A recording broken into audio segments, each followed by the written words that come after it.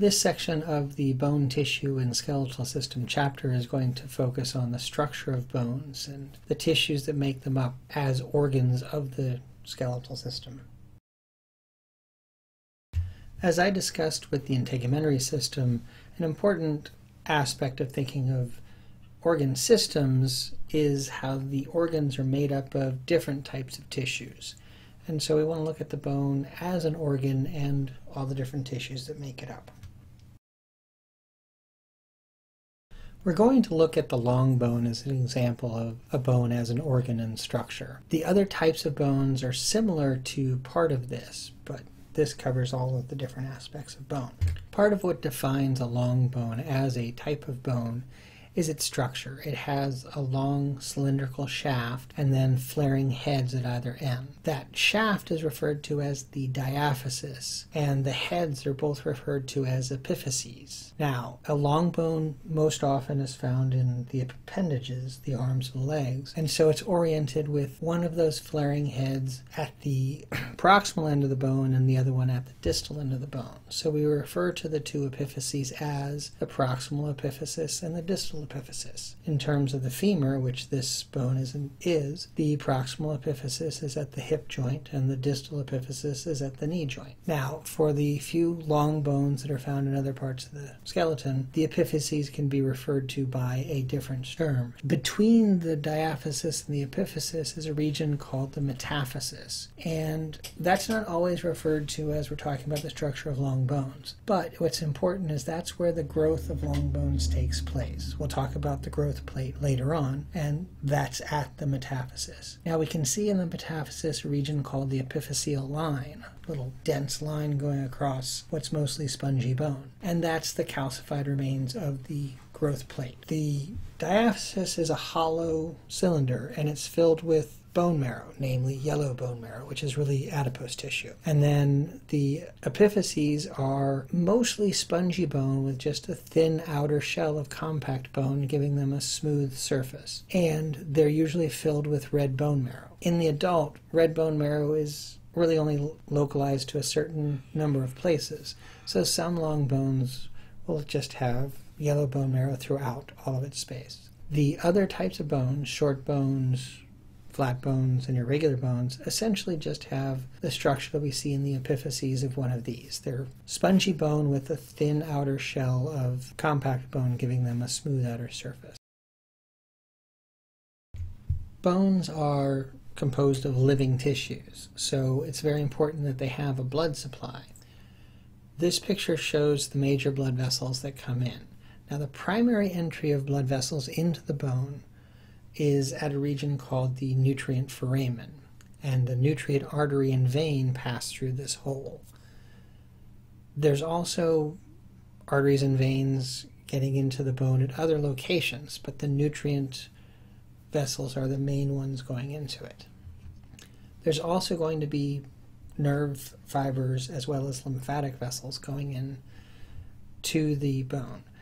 And all of these structures go in through this nutrient foramen, and especially the blood vessels are going to fill in a lot of the medullary cavity where they can interact with the bone marrow and send smaller and smaller vessels into the tissue here and there.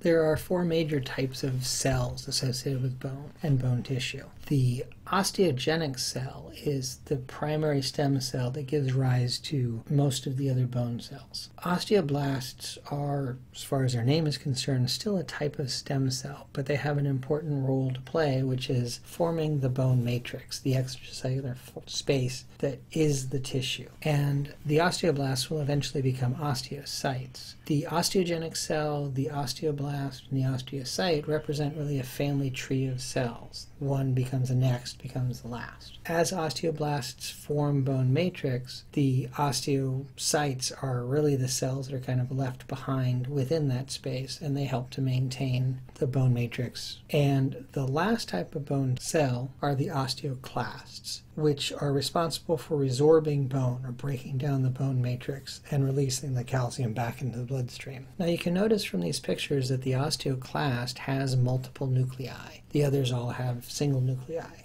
osteoclasts are different from the rest. They come from a very different source. They're not made from the stem cell, the osteogenic cell, but rather they're made essentially from white blood cells. And so white blood cells of a certain type merge together to make osteoclasts. The multiple nuclei that we see are really just evidence of what used to be individual cells that have all merged together. The same cellular processes that make white blood cells able to engulf and ingest foreign material and cellular debris is also what makes it possible for the osteoclasts to break down the bone matrix. So they're actually a related type of cell.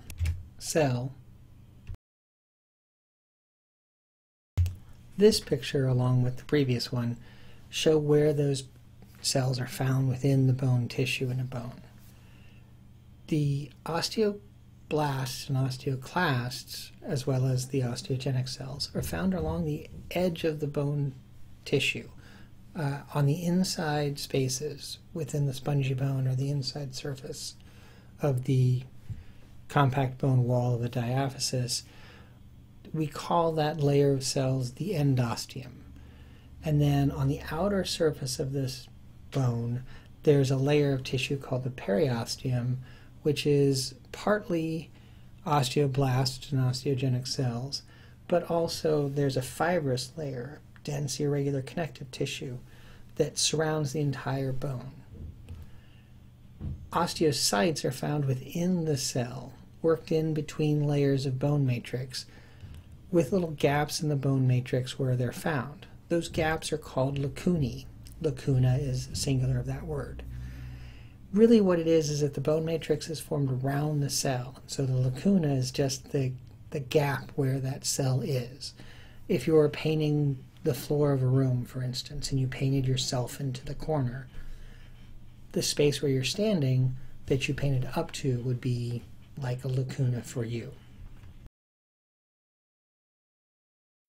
There are two types of bone tissue, both of which are found within bones, the organs. There's compact bone tissue and spongy bone tissue. Now, they both have a certain level of organization to them, but the compact bone tissue is much more organized. Compact bone tissue is a solid piece of bone because it's composed of layers and layers of bone matrix. And those layers, or lamellae, are highly organized. The main structure that makes up compact bone organization is what's called the osteon. It has a central canal that's empty as far as bone tissue is concerned, but it has a blood vessel or nerve or lymphatic vessels going through it. Then surrounding that central canal are layers and layers of bone matrix called concentric lamellae. Now, there are osteocytes in between those layers of bone matrix helping to maintain them over the life of the bone. Then we have circumferential lamellae running around the outside surface of the whole bone, making it essentially a smooth surface. But filling in the spaces between those circumferential and concentric lamellae are regions of solid bone matrix still organized in layers called interstitial lamellae. There are canals coming in from the outside, perforating through the bone tissue that connect the central canals so that blood vessels can get into the tissue and connect it all together. And following those same pathways are going to be nerve fibers and lymphatic vessels.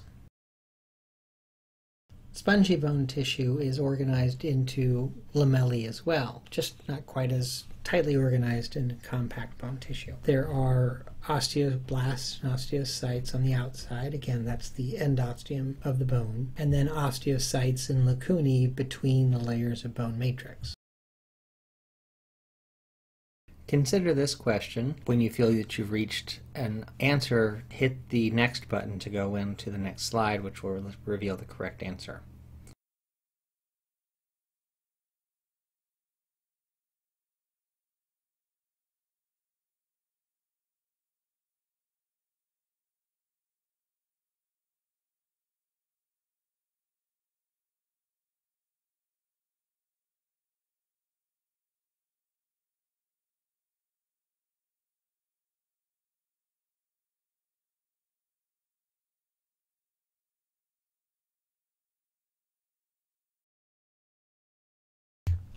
The osteoclasts are the ones that resorb the bone, break it apart and release the calcium back into the bloodstream.